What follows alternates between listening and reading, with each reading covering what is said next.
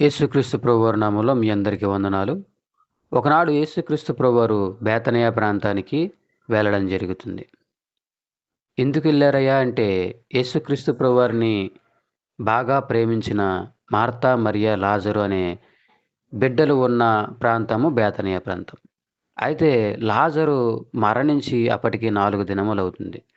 ఆ లాజర్‌ని తిరిగి లేపడానికి, బ్రతికించడానికి యేసుక్రీస్తు ప్రభువారు బేతనియ ప్రాంతానికి వెళ్లారు. యేసుక్రీస్తు ప్రభువారు ఆ ప్రాంతంలో అడుగుపెట్టారని చెప్పి మార్త విననప్పుడు, మార్త పరుగు పరుగున యేసుక్రీస్తు ప్రభువారి దగ్గరికి వస్తుంది. మార్త, మరియ అక్క చెల్లెళ్ళు, లాజరు వారికి తమ్ముడు. కాబట్టి యేసుక్రీస్తు ప్రభువారి దగ్గరకొచ్చిన మార్త, "అయ్యా! 4 దినముల కిందట గనక నువ్వు వస్తే గనక నా తమ్ముడు మరణించేవాడు కాదు. నా తమ్ముడు బ్రతికే ఉండేవాడు. నువ్వు రాకపోవడం వల్ల మరణించాడు" అని చెప్పి యేసుక్రీస్తు ప్రభువారితో మాట్లాడినప్పుడు, యేసుక్రీస్తు ప్రభువారు ఏమంటారంటే, "నీ సహోదరుడు మరలా లేచును" అని చెప్పి ఆయన మాట్లాడతారు. ఆ మాట విన్న మార్త ఏమంటుందంటే, "అవునయ్యా! నా సహోదరుడు మరలా లేపబడతాడు. నా సహోదరుడు మరలా లేచును. అదే ఎప్పుడయ్యా అంటే, అంత్య దినమున పునరుద్ధానమందు లేపబడునని చెప్పి నేను ఎరుగుదును" అని చెప్పి ఆమె మాట్లాడుద్ది. ఆ మాట మనకి యోహాను సువార్త 11వ అధ్యాయం 24వ వచనంలో మనకు కనపడుతుంది. మార్త ఆయనతో, "అంత్య దినమున పునరుద్ధానమందు లేచునని ఎరుగుదుననెను." ఆమె అంటుంది యేసుక్రీస్తు ప్రభువారితో, "నా సహోదరుడు మరలా లేచునని నాకు తెలుసు. ఎప్పుడయ్యా అంటే, అంత్య దినమున పునరుద్ధానమందు లేచునని నేను ఎరుగుదును" అని చెప్పి ఆమె మాట్లాడుతోంది. అయితే ఈ వాక్య భాగం ద్వారా మనం అర్థం చేసుకోవాల్సింది ఏంటయ్యా అంటే, ఇక్కడ మార్త చక్కటి అవగాహన, చక్కటి జ్ఞానం కలిగి ఉంది. దేని గురించి అంటే, పునరుద్ధానమును గురించి చక్కటి జ్ఞానం కలిగి ఉంది. ఆమె అంటుంది, "నేను ఎరుగుదును. పునరుద్ధానము గురించి నేను ఎరుగుదును. పునరుద్ధానమందు అంత్య దినమందు నా సహోదరుడు లేచునని నేను ఎరుగుదును" అని చెప్పి ఆమె మాట్లాడుతుంది. ఈనాడు నీకు అవగాహనగా ఉందా? నీకు జ్ఞానం ఉందా? పునరుద్ధానం గురించి జ్ఞానం ఉందా?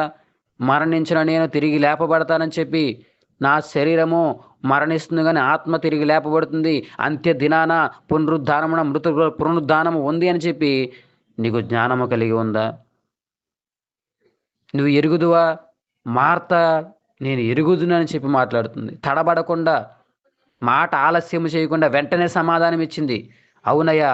అంత్య దినమున మేము లేపబడతాం." ఎంతటి విశ్వాసం కలిగి ఉందంటే పునరుద్ధానం గురించి. నేను మరణించినా మళ్ళీ లేపబడతాను. నేను చనిపోయినా యేసయ్య రాకడలో నేను లేపబడతాను. అంత్య దినాన నేను లేపబడతానని చెప్పి చక్కటి విశ్వాసము, చక్కటి జ్ఞానం కలిగి ఉంది. సమాధానం వెంటనే ఇవ్వగలిగింది. ఈనాడు స్థిర నిశ్చయత నీలో ఉందా? పునరుద్ధానం ఉందని చెప్పి, పునరుద్ధానం నేను లేపబడతానని చెప్పి, యేసయ్య రాకడలో నేను ఎత్తబడతానని చెప్పి నీకు నిశ్చయత ఉందా? నీకు జ్ఞానం ఉందా? దాని గురించిన జ్ఞానం నీవు కలిగి ఉన్నావా? అని చెప్పి ఈ దినం దేవుడు మనల్ని ప్రశ్నిస్తూ ఉన్నారు. ఆనాడు పౌలు గారు కూడా ఒక మాట చెప్పారు. కొరింథీయులకు రాసిన మొదటి పత్రిక 15వ అధ్యాయము 34వ వచనంలో, "నీతి ప్రవర్తన గలవారే మేల్కొని పాపము చేయకుడి. దేవుని గురించిన జ్ఞానము కొందరికి లేదు. మీకు సిగ్గు కలుగుటకే ఇట్లు చెప్పుచున్నాను." మీకు సిగ్గు కలగాలని ఒక మాట చెప్తున్నాను. ఏంటంటే దేవుని గురించిన జ్ఞానము కొందరికి లేదు అని చెప్పి ఆయన మాట్లాడుతున్నారు. అది ఏ జ్ఞానమై అంటే, పునరుద్ధానమును గురించిన జ్ఞానం అంట కొందరికి లేదంట. ఈ పౌలు గారు ఈ 15వ అధ్యాయంలో పునరుద్ధానం గురించి ప్రస్తావిస్తూ, యేసయ్య ప్రథమ ఫలముగా పునరుద్ధానము చెందారు. తరువాత మనము గూడా బ్రతికింపబడతాము వరసలో, మనము గూడా లేపబడతానని చెప్పి ఆయన మాట్లాడుతూ, దాని గురించి ప్రస్తావిస్తూ, కింద ఆయన మాట్లాడుతూ, దీని గురించిన జ్ఞానము కొందరికి లేదు అని చెప్పి ఆయన మాట్లాడుతూ ఉన్నారు. ఈనాడు చాలా మంది బిడ్డలకి దీని గురించిన జ్ఞానము లేదు. పునరుద్ధానము గురించిన జ్ఞానము లేదు. దాని గురించి స్థిరమైన విశ్వాసము లేదు. స్థిరమైన నిశ్చయిత లేదు. సమాధానం వెంటనే చెప్పలేని పరిస్థితి. పునరుద్ధానం ఉందని చెప్పలేని పరిస్థితి. నేను ఎత్తబడతానని చెప్పలేని పరిస్థితి. నేను లేపబడతానని చెప్పలేని పరిస్థితి. కానీ ఇక్కడ మార్త అంటుంది. వెంటనే సమాధానం ఇస్తుంది. "అవునయ్యా! పునరుద్ధానమందు నా సహోదరుడు లేచును. నా సహోదరుడు లేపబడతానని నేను ఎరుగుదును. అంత్య దినమున నా సహోదరుడు లేపబడతాడని" చెప్పి ఆమె మాట్లాడుతుంది. ఇటువంటి జ్ఞానము నువ్వు కలిగి ఉన్నావా? పునరుద్ధానము గురించిన జ్ఞానం నువ్వు కలిగి ఉన్నావా? మృతుల పునరుద్ధానం గురించిన జ్ఞానం నువ్వు కలిగి ఉన్నావా? పౌలు గారు తెస్సలోని రాసిన పత్రికలో మొదటి పత్రిక 4వ అధ్యాయం 14వ వచనంలో యేసు మృతి పొంది తిరిగి లేచినని మనము నమ్మిన యెడల అదే ప్రకారము యేసునందు నిద్రించిన వారిని దేవుడు ఆయనతో కూడా వెంట పెట్టుకుని వచ్చును. ఈయన ఈ తెస్సలోనికీయులకి రాస్తూ పౌలు గారు ఏమంటారంటే, నిద్రించుచున్న వారిని గూర్చి మీకు తెలియకొనుట నాకు ఇష్టం లేదు. నిరీక్షణ లేని ఇతర వారి మీరు దుఃఖపడకుండా నిమిత్తము నిద్రించున్న వారి గురించి నేను మీకు తెలియజేస్తాను. ఏంటయ్యా అంటే, యేసు మృతి పొంది ఎలాగైతే తిరిగి లేచునో, యేసు నిద్రించి ఎలాగైతే తిరిగి లేచునో, మనము నమ్మిన యెడల అదే ప్రకారము యేసునందు నిద్రించిన వారమైన మనము గూడా దేవునితో పాటు మనము లేపబడతాము అని చెప్పి ఆయన మాట్లాడుతూ ఉన్నారు. యేసయ్య మృతి పొంది తిరిగి లేచినట్లుగా మనము గూడా లేపబడతామని చెప్పి, మనల్ని ఆయన వెంటబెట్టుకుని వస్తారని చెప్పి ఇక్కడ మృతుల పునరుద్ధానము గురించి ఆయన మాట్లాడడం జరిగింది. ఇటువంటి జ్ఞానము నువ్వు కలిగి ఉన్నావా అని చెప్పి దేవుడు ఈనాడు మనల్ని ప్రశ్నిస్తూ ఉన్నారు.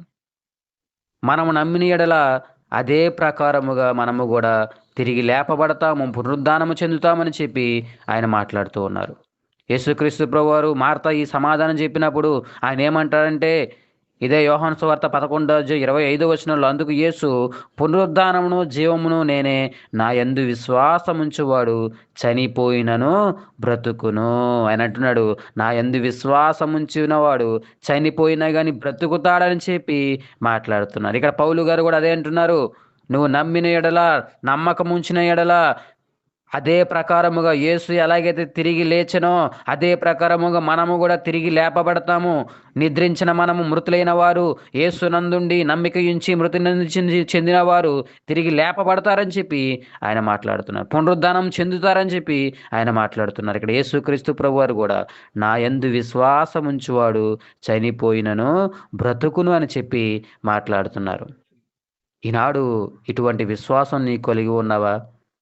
నేను పునరుద్ధానము చెందుతానని చెప్పి విశ్వాసం నీకుందా? పునరుద్ధానము ఉన్నదన్న విశ్వాసం నీకుందా? యేసయ్య యందు నమ్మిక ఉంచిన వారు, ఆయన యందుండి మరణించిన వారు, మృతులైన వారు తిరిగి లేపబడతారు, పునరుద్ధానము చెందుతారని చెప్పి నువ్వు విశ్వాసం కలిగి ఉన్నావా? అంతేకాదు దాని గురించిన జ్ఞానమును కలిగి ఉన్నావా అని చెప్పి దేవుడు ఈనాడు మనల్ని ప్రశ్నిస్తూ ఉన్నారు. ఆ దేవుని గురించిన జ్ఞానము, ఆ పునరుద్ధానము గురించిన జ్ఞానము నీవు కలిగి ఉందువుగాక. దయగల మా తండ్రి, ప్రేమగల మా ప్రభువా, ఈ వాక్య భాగం విన్న ప్రతి ఒక్కరూ ప్రభువైనా నీ యందు నమ్మిక ఉంచి ప్రభువా, అయా పునరుద్ధానం గురించి నమ్మిక ఉంచి ప్రభువైనా, అయా ప్రభువా ఈ లోకంలో జీవించేవారుగా ఉండగా మీ సహాయము దయచేయండి ప్రభువా. దాని గురించిన జ్ఞానం బిడలకి దయచేయండి ప్రభువానైనా. అయా వెంటనే సమాధానం చెప్పగల స్థిర నిశ్చిత బిడలకి దయచేయండి ప్రభువానైనా. అయా ఈ దినదీములతో బిడ్డలందరినీ నింపమని కోరుకొనొచ్చు ఈ చిన్న ప్రార్థన యేసు నామములో అడుగుచున్నాం మా పరమ తండ్రి. ఆమేన్.